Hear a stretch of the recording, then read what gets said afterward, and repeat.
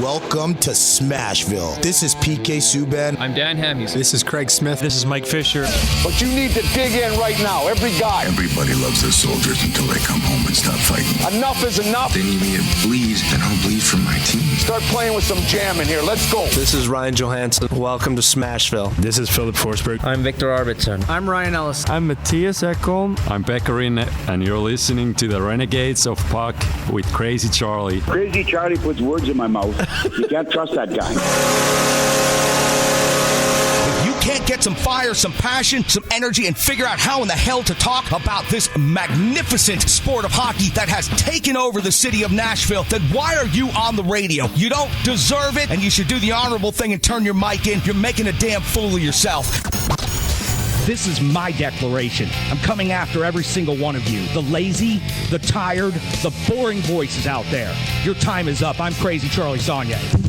I'm Pete Weber of the Nashville Predators. I'm Roman Yossi of the Nashville Predators. I'm Colton Sissons of the Nashville Predators. I'm Eustace of the Nashville Predators. You're listening to the Renegades of Puck with Crazy Charlie.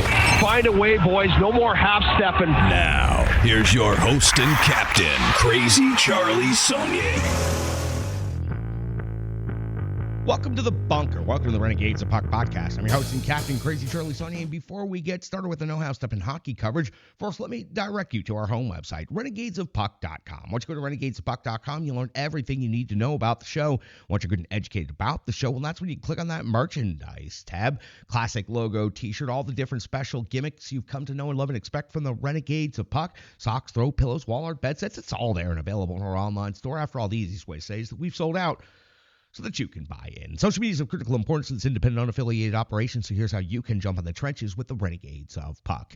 You can find us on X. You can also find us on Instagram, Threads, and Facebook. So please, whatever it is that you prefer as far as social media, join us there. It doesn't cost you a thing, and it certainly doesn't take you very much time whatsoever, but it does go a long way to helping out the operation known as the Renegades of Puck. Subscribe to our YouTube channel. That would be tremendous. Stick taps, love, and respect to our recent subscribers. We are very much appreciative of you supporting us on the YouTube channel. That's where we place all of our content, and we are always posting something. Whether it is Spartans coverage, Renegades of Puck Hockey Club, Predators coverage, you can find it all right there on our YouTube channel. So please subscribe, turn on those notifications today, and get the latest content from the Renegades of Puck. Listen, we got a virtual swear jar over there on the corner of the desk, also known as our tip jar. You can always make a donation to the Renegades of Puck. Scan that QR code that's on that jar right there, or go to Venmo and search Renegades of Puck today. Every dollar goes a long way to helping the independent operation known as the Renegades of Puck. So stick taps, love, and respect for each and every one of you and all of your support. Now, listen, I know it's time for the No Half Step in hockey coverage on a very busy episode, so let me get to the goods. It's time for operation number 960. That is right. It is time for show number 960. And at this moment in hockey history, the Nashville Predators currently find themselves in 7th place in the Central Division after 49 games skated. They have a record 18-24-7 with 43 points, which has them very far outside of the playoff picture looking in. 6-15-4 is their road record, which is where their next game will take place. It'll be in Buffalo. The Preds have scored 131 goals in the season. They've given up 157. It's a goal differential of -26. Before we get into the Preds and the Sabres, let's update you on the latest Central Division standings. The Winnipeg Jets are still in first place in the Central with 73 points. They've opened up an 8-point lead now over the second place Dallas Stars, who have 65. Minnesota's at 64. Then you'll find the Chase Pack of Colorado at 60. And then the Utah Hockey Club is at 50, along with the St. Louis Blues. That's 4th, 5th, and 6th. And then largely on the outside looking in, the Nashville Predators in 7th place at 43 points. Chicago Blackhawks in last place with 37 points on the season. For the Predators, it's a weird week ahead. After having a couple of days between games this week, they'll have Friday, Saturdays back-to-backs. Friday will be in Buffalo, Saturday in Pittsburgh, then Monday versus Ottawa, and then off until Friday again. So on Friday, they're in Chicago. And then on the 8th of February, the Predators will face off against Buffalo again, this time at Bridgestone Arena. On the 22nd, that'll be after the Four Nations tournament, the Predators will resume the schedule versus Colorado, also at Bridgestone Arena. For the Preds and the Buffalo Sabres, I mentioned they'll meet again on February the 8th. That'll be the second of two regular season meetings. We're talking now about the first of two regular season meetings. The Buffalo Sabres find themselves in 19-26-5 on the season, 43 points as of 8th overall in the Atlantic Division. They have a home record of 10-12-3, 156-4, 171 against, goal differential of -15. Their most recent stretch of completed games on the schedule on the 20th of January was a 6-4 loss at Seattle, and 21st a 3-2 win at Vancouver. The 23rd saw a 5-2 loss at Calgary. The 25th saw a 3-2 loss at Edmonton, and then the 28th saw a 7-2 win versus the Boston Bruins. The NHL rankings in this matchup between these two teams, the Predators at 2.65 goals per game is 28th overall in the NHL, while Buffalo is scoring 3.08 goals per game. That's 12th overall in the league. 3.20 goals against for the Preds is 25th. 3.40 goals against for Buffalo is 29th. In the shots for category, 30.2 is 5th best for Nashville. 27.8 is 20th best in the league for Buffalo. Shots against, 29.1 for Nashville is 23rd. 29.4 for the Buffalo Sabres is 25th. In the special teams metric, the Predators find themselves ahead in both of these statistical categories. In the power play, 21.7% conversion rate is 15th best overall in the NHL. 31 conversions, 143 opportunities. The Buffalo Sabres at 17% conversion rate, are 27th in the league. 25 conversions on 147 power play opportunities. When it comes to the penalty kill, the Predators are still in the top 10, but only by one slot, now dropping all the way to 9th. 81.6% kill rate. They've given up 27 power play goals against on the season now. The Buffalo Sabres kill rate, 77.2%, is 23rd overall. 34 power play goals against. Individual statistics for each of these teams. We'll go through the top 5 scorers for each team, then we'll talk about the potential goaltending matchup. Let's talk about the home team, Buffalo Sabres first. Thompson's at 25 goals, 19 assists for 44 points. Peterka is at 14 and 25 for 39. Sucker is at 16 and 20 for 36. Tuck, 16 goals, 19 assists, 35 points. And Dahlin, 6 and 29 for 35. We're on the Predator side of the ledger. Phil Forsberg's at 18 and 31 for 49. Marchessault's at 15 and 23 for 38. The captain, Roman Jossi's at 9 goals, 26 assists for 35 points. And Steven Stamkos leads 17 goals, 16 assists, 33 points. O'Reilly, 14 and 14 for 28. Jussi Saros in net now, suffering his 20th regulation loss of the season. 11, 20, and 6. 2.86 goals against, a 900 save percentage. The numbers are slipping in every direction. 4 shutouts on the season. Ukko-Pekka Lehkonen, 16, 15, and 4. 2.97 goals against, 8.98 save percentage with 2 shutouts on the seasons. Let's get you all set for the Preds and the Buffalo Sabres. It's the first of 2 meetings this season. It'll take place within about a 10-day span. They'll wrap up their regular season series. This will be the first of those 2 games, and you're all set for it. Let's go back and find out what happened with the Preds and Canucks at Bridgestone Arena. It's the Rebirth Sports full game recap. It is coming up next, right here on the Renegades of Puck podcast. Hockey players are as unique as the game itself, and your uniform should be tailored to fit you. Rebirth Sports is your sports apparel tailor. From shells, bags, warm-ups, hats, hoodies, branding, and more, let Rebirth Sports be your custom hockey tailor. And don't forget to tell them they do more than just hockey. Rebirth Sports on Facebook, Twitter, and Instagram. Rebirth Sport, a match made in hockey. It's now time for the Rebirth Sports full game recap. We'll go all the way back January 20th, the year 2025, when the Nashville Predators were hosting the Vancouver Canucks for the 3rd and final time this regular season. Head coach Andrew Burnett deploys his lines of defensemen the following way: Forsberg, Stamkos, and Marchessault. Heinisch, Stroza, O'Reilly, and Nyquist, Novak, Svechkov, LaRue, Smith, McCarron, Sisson make up your forwards. Your defensive pairings are Josi and Barron, Shea and Blankenberg, Wilsby and Chen. Jussi Saros gets us started. Now, we are 51 seconds into the first period, and it's Thatcher Demko coming up with a save on Blankenberg. That's the first shot on goal of the game. The 154 mark on the first. It's Stamkos off the box. 2 minutes for holding. Saros comes up with a save on Besser. Saros then comes up with a save on Besser's redirect.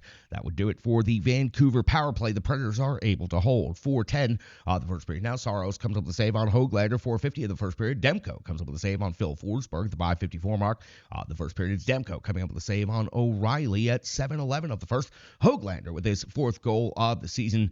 Josi blocks the initial shot, but it ends up back right in the slot area for the delayed yet easy finish there by Höglander. Vancouver leads 1-0 in this game. 8:27 out of the first period. Jussi Saros coming in with a save on Juleson, plus the better save on the follow-up by Heinen at 8:41 of the first period. It's Tommy Novak with his 8th goal of the season. There was some back and forth about how this puck ended up in the net, but LaRue fires it, trying to pass to Novak. It goes off of Novak's back leg and into the net. So LaRue credited with the assist. Novak credited with the goal off of the body. The Nashville Predators credited with the goal, tying it up at 1 apiece versus the Canucks.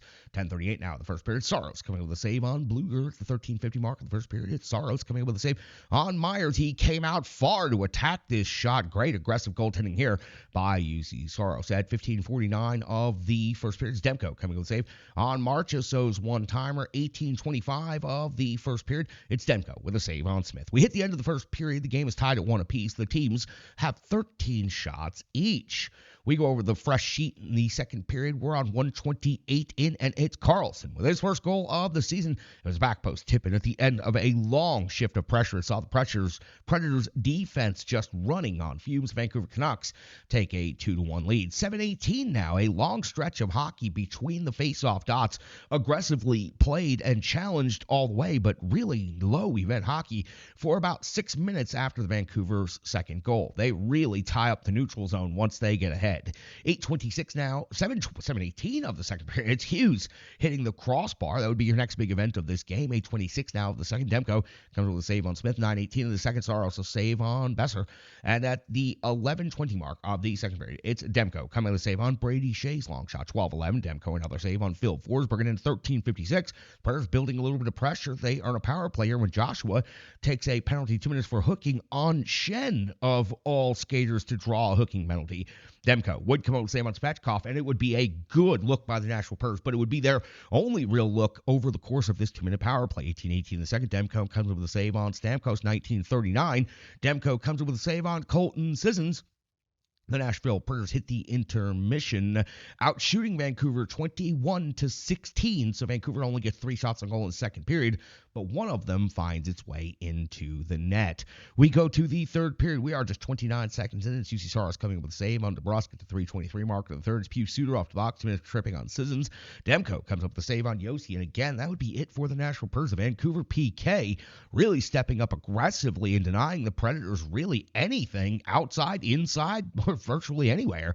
5:26 now in the third period. It's Demko coming with a save on Tommy Novak. 6:17 in the third. It's McCarron off the box. 2 minutes for tripping. He didn't think so, but the referee sure believed. Saros comes up with a save on Hughes, and that would be it for the Vancouver power play. The Preds PK doing a nice job with one of their killers in the box. 8:27 in the third. It's Demko coming with a save on Forsberg. At 11:28, Vancouver gives the Predators an opportunity to get back in this game by taking a bench minor for too many men on the ice.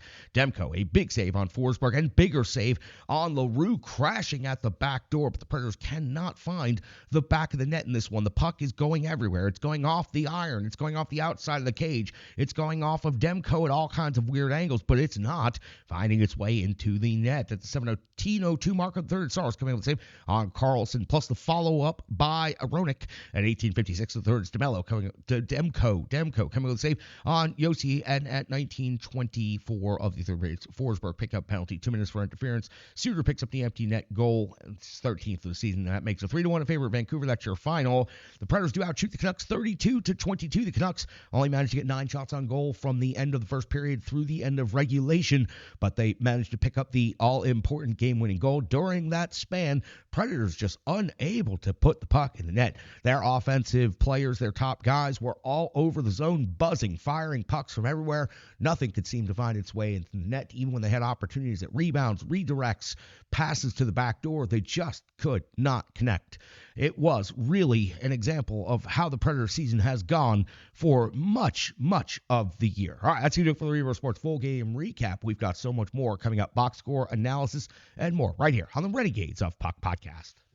Hello. I'm Tracy, owner-operator of Strong Style Fitness. And that's me and my training assistant, Rizzo. And we are here to bring you fitness that meets you where you are by offering circuit classes, bar-inspired classes, Tabata workouts, boot camps, guided stretching, and more, all taught by a certified personal trainer, me.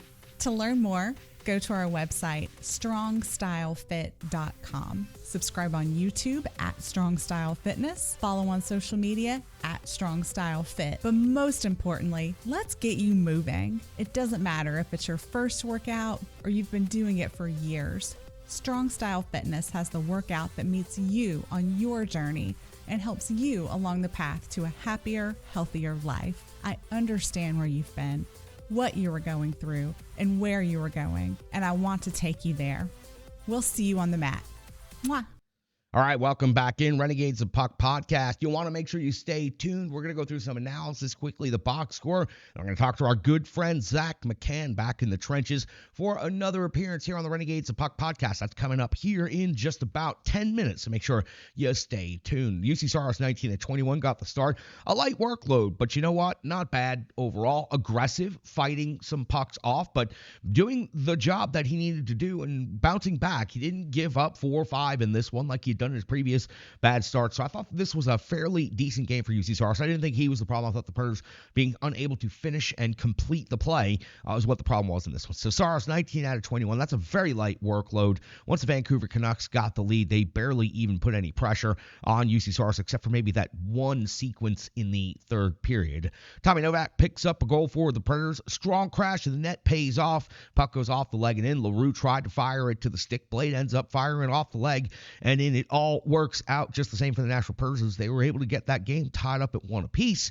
So Tommy Novak crashing the net hard, going to the slot, getting rewarded. LaRue picking up the assist. He's the next part of this discussion right here. 1 assist for Zach LaRue, 3 shots on goal and 5 hits, 14:25 in total time on ice. Also 2:09 of power play time on ice for LaRue, and he was buzzing. He was looking good. He was generating shots, and if he could have finished off on that one power play there in the third period, would have been an exceptional night for LaRue, but not able to get the job complete in this one. He is a rookie that is definitely showing signs of advancing out there on the rink. He's already playing a more mature game. He's already picking up more minutes. He's playing in more special teams scenarios, and this is good for the development of the young, pesky player for the Nashville Predators. Phil Forsberg at 5 shots on goal, buzzing all over the place, firing the puck from everywhere, but in his 19:49 total time on ice, unable to get the job done. 3:30 in total power play time on ice. The power play for the team goes 0 for 3, so Phil Forsberg just not able to get it done in this one. And it was just that kind of night for the offense across the board, just unable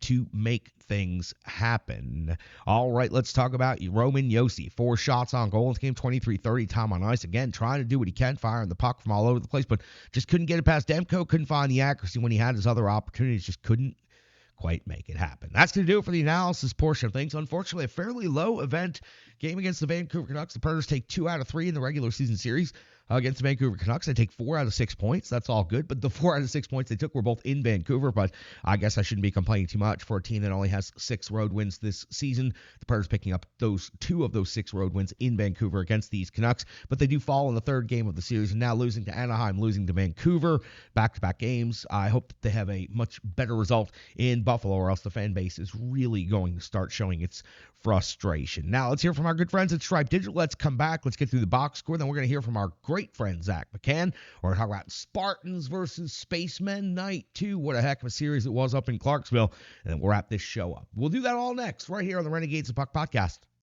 The digital environment can be quite intimidating, time-consuming, and cumbersome, especially with all those other areas that need attention at your business. And that's why Stripe Digital Solutions is here to help. I know, because that's exactly what Stripe Digital Solutions did for me and the Renegades of Puck. From designing my home website and helping me create my merchandise to special event posters, brand building, and social media management. But it's not just that, it's so much more. Stripe Digital Solutions has helped me every step of the way, from startup to full-time operation. Stripe Digital Solutions has been there to assist and advise every single step of the journey. In today's fast-paced world, the path to success is having a strong digital partner, and nobody is better in the trenches than Brandy and Stripe Digital Solutions. Get the solution before it's even a problem with Stripe Digital Solutions. Welcome back in. We'll be talking to Zach in just a moment. Got the headphones out, got the headphones ready to go. We've got him all dialed up. And we're going to talk to Zach McCann as soon as we get through the box score and get through the good, cold, hard numbers right here. So let's get to it. Tommy Novak scores your only goal for the Nashville Predators in this game. The assists go to LaRue and Justin Barron. That's all of the scoring for the Nashville Predators, unfortunately, in this one. And the rest of the box score just reveals a lot more low-event hockey here. Phil Forsberg did lead the way with 5 shots on goal for the Nashville Predators. Roman Josi had 4. Cole Smith and Colton Sissons and Zach LaRue had 3 each. Nobody else at 3 or above. When it comes comes to block shots, one was the high. Total block shots for the Predators this game was only 7. Again, the Vancouver Canucks really weren't that interested in shooting the puck once they got the lead in the first 2 minutes of the second period. They were interested in clogging up the neutral zone, denying the Predators offensive opportunities, which they were unable to do. The Predators just couldn't finish at any point in time. But the Vancouver Canucks seemingly lost interest in shooting the puck or going on offense. So the block shots numbers could have been higher if the Vancouver Canucks were actually trying to fire the puck on there. So 1 block shot is the high for the Nashville Predators. When it comes to the physical component of things and hits, Zach LaRue had 5 and Cole Smith had 4. Adam Wilsby had 3 out of the 24 total for this Nashville Predators team. Your time on ice leaders out of the forward grouping, it's 1949 for Phil Forsberg. It's 1907 for Gus Nyquist, 1859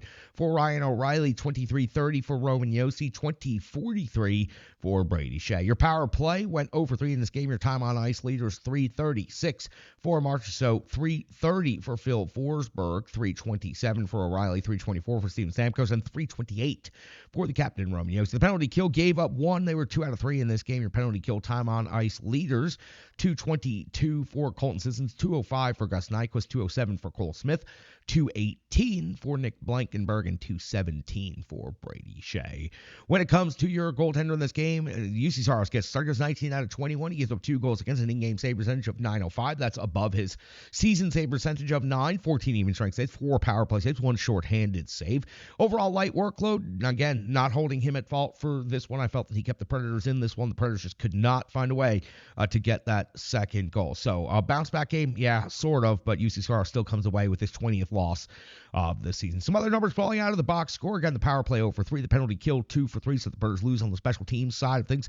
Face-off winning percentage was fantastic for the Predators, up at 66. 24 hits, not a bad number, but then everything kind of falls off a cliff. 7 block shots. Again, we talked about the philosophy behind why that was the Vancouver Canucks spending 38 minutes of the game basically playing trap hockey in the neutral zone. 6 takeaways, 15 giveaways, and that would be it for the box score for this Nashville Predators game. Now, while we're fresh in the thought process of talking about this game, Zach McCann also had a chance to watch this game, has some thoughts on it, would like to break it down, and also has more thoughts on just about everything involving the Nashville Predators. And there was a special list that came out just yesterday involving the Nashville Predators. We're going to get into it. We're going to discuss it.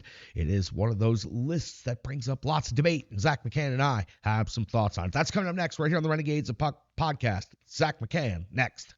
Welcome back in Renegades of Puck podcast. Headphones on. That means it's time for a special guest. The one and only Zach McCann joining the show, jumping in the trenches here at the bunker once again. A very unique and special, we'll say clandestine location at this time for his appearance on the show. ZMC, welcome back in. How are you? Just when you thought it was safe to go back to the trenches, here I am, sir. Good, man. How are you? I'm fantastic, and it looks like you're doing pretty well. I'm not going to ask you to reveal your secret location right now, but I will say I think its code name is Paradise.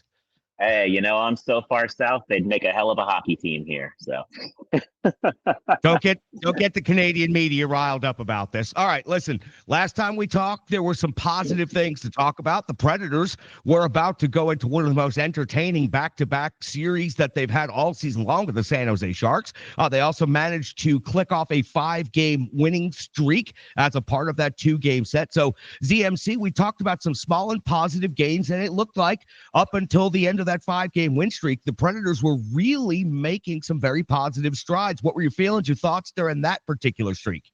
You know, it ain't exactly complicated. Scoring goals is cool, and it's cool when you do it often. And I mean, it was one of those rare cases where you saw the potential, that tantalizing potential that this entire squad has when they are all clicking, all firing on all cylinders. And it makes games like, you know, the Canucks game last night a little bit more frustrating when the puck doesn't fall your way.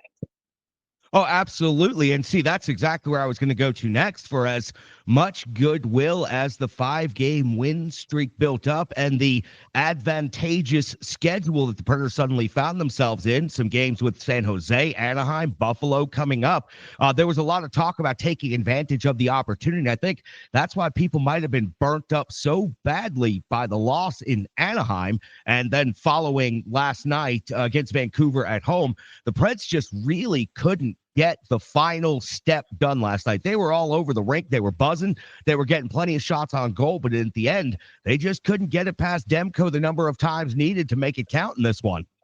What a wonderful microcosm of the frustration that was last year's playoff series. I thought last night you could have thrown that game in the series and it would have been right at home.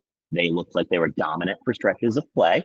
You know, as soon as the Canucks took an early lead, almost immediate answer from secondary scoring with Tommy Novak, which you love. But then again, it was just, it could do everything and hit everything but the net. Oh, absolutely. And it was tough. And UC Saros looking for that bounce back game for everyone who has their confidence shaken in the starting netminder of the Nashville Predators. We're not hearing that from the coaching staff. We're not hearing that from above the coaching staff. UC Saros overall, very light workload, had a bit of a bounce back game. I thought he was overall pretty decent. At least he was not the problem against the Vancouver Canucks. That was certainly true. I would agree. I mean, like, look, goalies are weird creatures, and like any other player, they're going to have slumps occasionally. It's just a testament to the body of work that UC Saros has had that we're seeing a slump. If we ever see them, it's usually early in the season. So seeing UC Saros struggle in January is certainly a new thing. I don't think anyone expects it to become a habit or that his play is now on the decline or anything like that. Obviously, you're going to have some reactionaries who are going to say, oh my gosh, but we just traded a goaltender, blah, blah, blah, blah. And it's like, well, we saw how that turned out last Thursday. So looking at things from that lens, I'm not worried about Saros. Do I think that going and representing his country in the Four Nations face-off is probably going to do him a world of good, get him, playing with a different squad? Do I wish he had the time off? Maybe. But at the same time, I think he's a goalie who likes to play his way through struggles. And you've seen that time and time again. And getting some good positive mentality and some good positive experiences, locker room, rink, game time, stuff like that, it could benefit him in the long run and down the stretch. I don't really see any harm to it other than perhaps him getting worn down a little bit. But if the Predators aren't in the playoff picture, what does that matter whatsoever? You're not going to be riding your Vezina caliber goaltender for the final 20 straight starts of the season if you're not in a playoff spot, regardless. And the Predators have retooled the entire goaltending room for the organization starting in this past off season. So yes, they did just move someone recently, but they've retooled that position from top down and made the declaration with the signing and lengthy contract to UC Saros that it's UC Saros at the top of the mountain and everyone else is going to file in behind him over the next couple of seasons. And you know what is interesting though? UC Saros is a similar quality that Pekka Rinne had. Both of them need upward pressure to be playing at their best. And I don't think it's coincidence that you're seeing at UC Saros after being deemed the man. Justus Annunen comes in and has been playing pretty lights out. I mean, really excellent play from Annunen.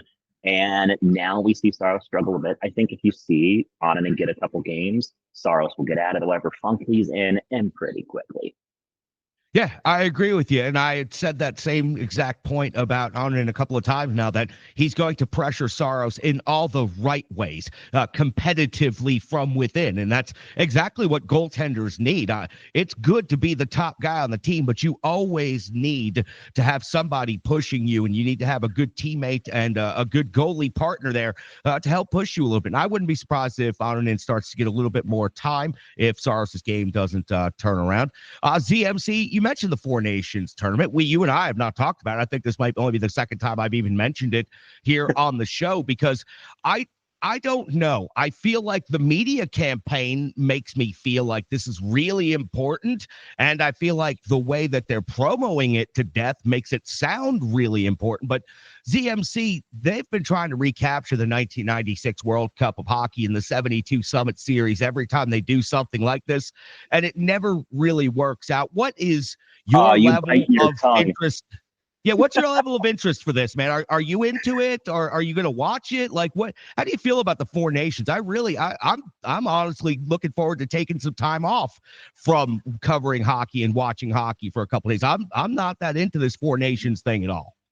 I'm into it in the way that I love international play, and I think it's awesome when teams do, you have kind of those all-star teams based off of where they're from. The only argument you'll get from me is that the last World Cup of hockey was awesome just due to this phenomenon that was Team North America. So not having that or the Team Europe, definitely makes it a little less fun in my eyes. But there are so many Nashville Predators connections on these rosters that it does have me interested. The fact that we're going to see Victor Arvidsson and Philip Forsberg play together again, that's exciting. Matthias Ekholm back on the blue line with, Team Sweden. I mean, heck, you might as well just call Team Sweden Team Nashville at this rate with how many people are on that. Obviously, you've got Saros involved. You're going to have Gustav Nyquist on Team Sweden as well. There's enough Preds connections where I will absolutely be tuning in for those Team Sweden games, as well as to see Saros play for Team Finland. Where you're not going to see any Nashville Predators are on Team USA or Team Canada, to be instance.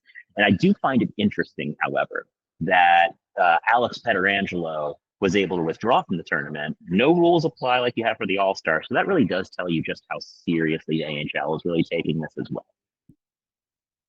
So I'm more interested now that you have articulated that point from a Nashville Predators perspective. Yes, there is some interesting things to watch, some prospects coming along the way and some very important players in international hockey. So maybe you just pushed me into tuning into it a little more than I was going to in the first place, a little bit, because I do love the international game and going back and citing. I just watched the documentary again on the 96 World Cup and how that was quite possibly one of the most fun and exciting summers of my hockey life. And all I was doing was sitting in a dingy apartment in South Carolina, drinking way too many beers with my roommate every day, watching the World Cup in 96. That was some of the most fascinating and fantastic and frankly, some of the most violent hockey I've ever got to watch in my life. And I loved every second of it, Zach. Now, you know what? That's not the only rosters that were announced, with the Four Nations face-off. I feel like it was fate for us to be talking about all kinds of history a couple weeks ago with the Nashville Predators, and then to go announce this quarter-century roster. What do you make of that, Charlie? I think that Thomas Vokoun should have been the second goaltender on there. I heard Chris Mason have that discussion and debate on the broadcast last night with Willie and Hal. And I think that Thomas Vokoun holds a very special place in Predators franchise history. He was the guy that got the team over the hump the first time, got them to the playoffs that first time, won those first two playoff games at Bridgestone Arena, 41 saves back-to-back nights against the Detroit Red Wings in front of 17-1-1-3 that were ready to riot in their seats. I just think Vokoun holds a very special place in franchise history. It would have been nice. UC Saros' work is far from done. He can get the accolades, the mentions, the awards, the all-century, everything later on when he does push Pekka Rinne's records and numbers and all of those things, which I do believe throughout an entirety of his career, he will do so. But yes, other than that, it's hard to really argue with any of the players selected right there. Sully was on there, which was one of the most important to me. You can't argue about a defensive pairing of Weber and Yossi on the first one and Pekka Rinne to start in net. That's a hard argument to try to make right there. But I did think Vokoun deserved his place. And just because I love a good laugh moment on a broadcast, I do wish Chris Mason would have said, I take some umbrage with that second team goaltender. It should have been me. Here's my thing. I completely agree with you. Saros very well may be on there for the half-century mark in 25 years. And please, the Nashville Predators faithful, I adore UC Saros. UC Saros has yet to win a playoff series. So I don't know if I'm ready to crown him at the top of the mountain there yet. Obviously, first team Pekka Rinne. I will say one name I would have loved to have seen on there. I would have loved to have seen a Scott Hartnell. Maybe of, a Mike Fisher or a Ryan Johansson or something on there. Two wonderful players in their own right, but not seeing a Scotty Hartnell, not seeing a Jordan Tutu, kind of some of those heart and soul guys who, had grit, but also some offensive talent that really seemed to, just embody the Predator. Yeah, that's that Hartnell is a hard one to argue. One of the top picks in the first couple of seasons there. It's heart and soul of the first generation of the franchise. And certainly he was like the living embodiment of the fan base. And you know what? One of the more remarkable young players the Predators have ever had, because he would just walk around both the concourse and downtown and anywhere there were Predators fans, and he would engage anywhere about the team, about the sport. He was truly a unique individual individual. His personality is, of course, known across the world. His time in Philly, his time everywhere else outside of Nashville. He was like that in Nashville before anybody else figured it out. And what a gem, man. I couldn't argue about putting Scott Hartnell on any list when it comes to Nashville Predators history. Now, I'm not sure if this is something we talk about right now or in the future, but my challenge to you is, what if you were putting together a first team Predators villains list of all time? That's where you could really have some fun.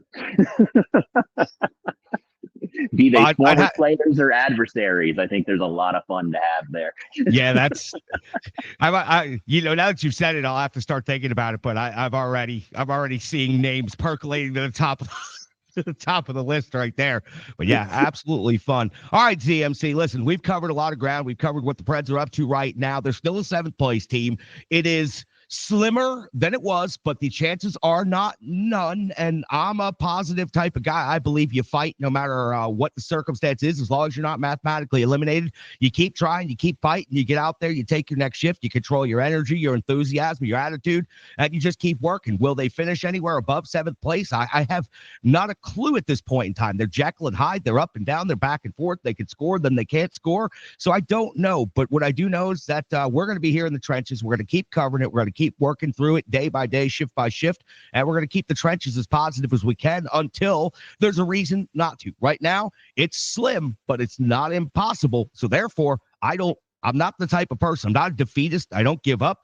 Hell, you even saw me play on the blue line the other night for our own hockey club. I may not know what I'm doing out there, but I will throw myself in front of whatever body, puck, play, whatever you got to do to just keep fighting, keep battling, keep yourself alive. Because in the game of hockey, momentum is the craziest thing ever, and you never know when you might just take off and go on some sort of epic, say, 14-game run with points consecutive. You know, stranger things have happened. Uncle Mo shows up at the most random times. So. All right, ZMC, let's let you get out of here. Let's get back in the trenches when you get back to your home base. I appreciate you jumping in with us. Always appreciate all your conversation with the Renegades of Puck, your stellar play as my defensive partner this past weekend with the Renegades of Puck Hockey Club. Hey, man, we did what we could. You know what? We had a tie game in the 3rd period. We did what we could out there. It's not a position that you should find ZMC and myself in late in the 3rd period of a tied hockey game back there on the blue line trying to hold it down. But neither one of us shied from the fight, the battle. We didn't come out on top, but we sure as hell did try and work it out the best we can. We'll get those guys next time. No doubt about that. ZMC, go enjoy paradise. I look forward to our next conversation about all things Predators and hockey. Yeah, gentlemen, and a scholar as always. Cap, a pleasure to be part of the Renegades of Puck. Appreciate Zach McCann jumping in the trenches here with me, talking all things Nashville Predators. And no, that wasn't just a clever screensaver behind him. He is actually in paradise for a couple of days, taking a break from the weather here in Middle Tennessee, and I can't say that I blame him one bit after all the rain and feeling as under the weather as I have felt for the last couple of days. Let's go up to Clarksville. Let's talk about Spartans Spacemen. The Red River Spartans hosting the Fort Wayne Spacemen. Night 2, Spartans fell to the Spacemen on Friday night. It was a physical affair all the way through. Good, clean, hard-hitting hockey. USPHL premier action at its finest. Spartans fought all the way through that one. They're going to do the same right here on a Saturday night in Clarksville. It's another full house for the Spartans hosting the Spacemen. We'll take you to the highlights now. Come back and close out the show after this. Thank you so much for joining us right here on Flow Hockey. Thank you to everybody at Engineering Command and Control for getting us up and running. It's going to be a spectacular Saturday night here in the USPHL. Spacemen collide off the opening faceoff. That allows the Spartans to get the first control of the game. 1-0 last night. Spartans tying it up at 1. Lewis with the massive hit right there, standing up his man just outside the blue line in the neutral zone. And we've got some frenetic action here in the first period. Fast-paced game again on a Saturday night here in Clarksville. And a massive hit. Backstrom and Sikowski colliding. We're going to have a chance right here. Tremblay in on the breakaway. He shoots. And it does not go. It does not go. Referee and the linesman had perfect views of it. Looks like it was off the iron and out. Tremblay with a great opportunity right there. Now he heads off to the bench for a change. Spartans trying to break out of their own defensive end, and they're able to do so with a massive hit. Again, that's number 72 right there, Tyler Duncan. He made sure that puck found its way over the blue line by using his large frame to force it that way. Heavy collision right here in the neutral zone sees the captain, C.J. Davidson, go to battle for the Spartans. Takes the puck now. He takes a big hit from Scully, but gets the puck to Gonzalez. Martino loses an edge as it was looking like he was going to unload on a shot right there. Backstrom has it. He'll skate into the circle and look for the redirect, and he'll get it right there at the side of the net just as the power play was about to expire. He's got Toussaint with him, but so far, no other spacemen. The spaceman now, late line change coming in. Big hit. That was Wharton. Wharton again throwing the body heavy here tonight. And Fort Wayne gets that puck and throws it back towards the net, and that is in. Toussaint set the play up from down low into the slot area, and it's going to be the Fort Wayne spacemen cashing in for their second goal of the period. Fort Wayne going for the stuff attempt. They get the puck back out to the slot area and fire it in before Bonneville can even turn his head. And just like that, it's 3-0 in favor of the Fort Wayne spacemen. For the Red River Spartans, Sikowski takes his man down incredibly hard right there. Again, we've had good physical play between these two teams in both of the games this weekend, and it has continued on nonstop.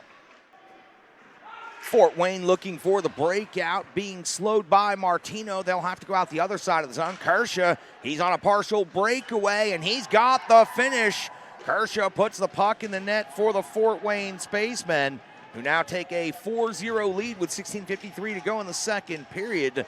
That's Kershaw's third goal of the game, his fourth of the series. He's off to the bench for glove taps. Mayuk keeps it in at the blue line after the spacemen win the draw, dumped back along the end wall, controlled by Fort Wayne, but contested. There's a shot from the slot, and that's going to be into the net. That's number 5 for Fort Wayne. That's also the 5th goal of the game. Spacemen continue opening up their lead. Toussaint off to the box for 2 minutes. That allows the Spartans an opportunity.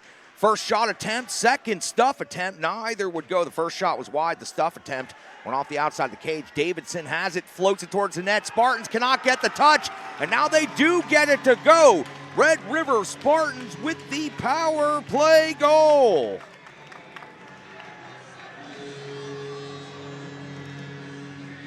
Off to the bench first, it's the captain, C.J. Davidson. Spartans did a good job getting the puck in close range right there and then going to work on the jam. Spartans break through there on the board. It only took 17 seconds of power play time. Fort Wayne wins the faceoff, keeps it along the wall. Backstrom keeps it inside the blue line, sends it across to Mayuk. Mayuk now changes positions. Spartans trying to keep the puck out of the net, unable to do so. That loose puck found its way to the back post, and Visotsky jams it home on the power play just 17 seconds into the power play. That'll put Fort Wayne ahead by a score of 6-1 with 16:46 to go here in the third period. Spartans have an opportunity right here. Tremblay, he's got some support, but that puck goes into the net. Thrown at the net, and that puck finds its way in off of the net minder. It bounces down off the blue paint and into the net for the second goal of the game for the Red River Spartans. It's going to be Ryan Hughes off to the bench first for glove taps. The Spartans had a 2-on-1 rush, but a strong back check by Fort Wayne allowed them to get back into the play. Hughes with no pass option throws it on the net, and it finds its way in. Spartans with their second goal of the game, now down 6-2. Spartans doubling their offensive production from last night versus the Fort Wayne spacemen. Let's see if they can use this as a catalyst to get themselves even closer in this game. Vachon over here just in front of us at the perch. Visotsky with the big hit right there. These teams continue being physical with each other. Kershaw over the blue line, looks to cut towards the middle, backhand pass to Visotsky, back over to the far side. Bonneville got the initial stop, but the spacemen jammed the rebound home. 7-2 in favor of Fort Wayne with 2:53 to go here in the third period. That's their 45th shot on goal of the game. Again, Bonneville coming up with the huge save initially, but then unable to control the rebound. Lacey over to the bench for Fort Wayne for glove taps. Play continues through the neutral zone. Lacey takes a big hit, but moves the puck, gets it to Vysotsky, and he scores. That's going to make it 8-2 in favor of Fort Wayne. Fort Wayne holds the puck in their own defensive end.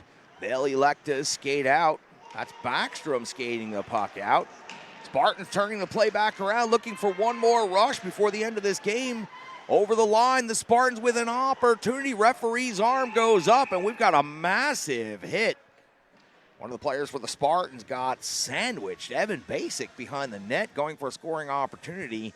8-2 is going to be your final here at the Ford Ice Center in Clarksville, Tennessee. The Red River Spartans, though, maintain fourth place in the Great Lakes Division, which means at this moment in time they are currently in a playoff spot, and they are in control of their own destiny. So though they did drop 2 games on home ice this weekend, they still have every opportunity with a series coming up against the Columbus Mavericks and some very important home games down the final weeks of the season to secure that playoff spot in the Great Lakes Division, and for the second time in team history. The teams will line up and shake hands, and then everyone will make their way off the rink. We'll sign the official score sheet, we'll turn it over to the league, and we'll be all wrapped up with USPHL Premier action here from the Clarksville area. We sure do appreciate you joining us here on Flow Hockey. Spartans fall to Spacemen 2 games over the weekend, but are able to maintain the control of their own destiny, 4th place in the Great Lakes Division, and a huge series coming up against the Minnesota Squatch this upcoming weekend. So hope you can join me out there in Clarksville at the Ford Ice Center, as the Spartans will host the Squatch on Friday and Saturday. Renegades of Puck Hockey Club back on the rink Sunday afternoon at 4 o'clock if you want to come on out to Ford Ice Center in Antioch and catch that game. And other than that, we've got Predators coverage back-to-back. This weekend is going to be a busy couple of days here in the trenches, so we will keep you updated on all of those things going on. We sure do appreciate you jumping in the trenches. We appreciate you watching the episode number 960, and most importantly, I appreciate each and every one of you. Listen, it's been a long episode. We've given you a lot of information to digest. Let's go ahead and get you off and running on the rest of your day. I'm your host and Captain Crazy Charlie Saunier. Stick taps, love, and respect.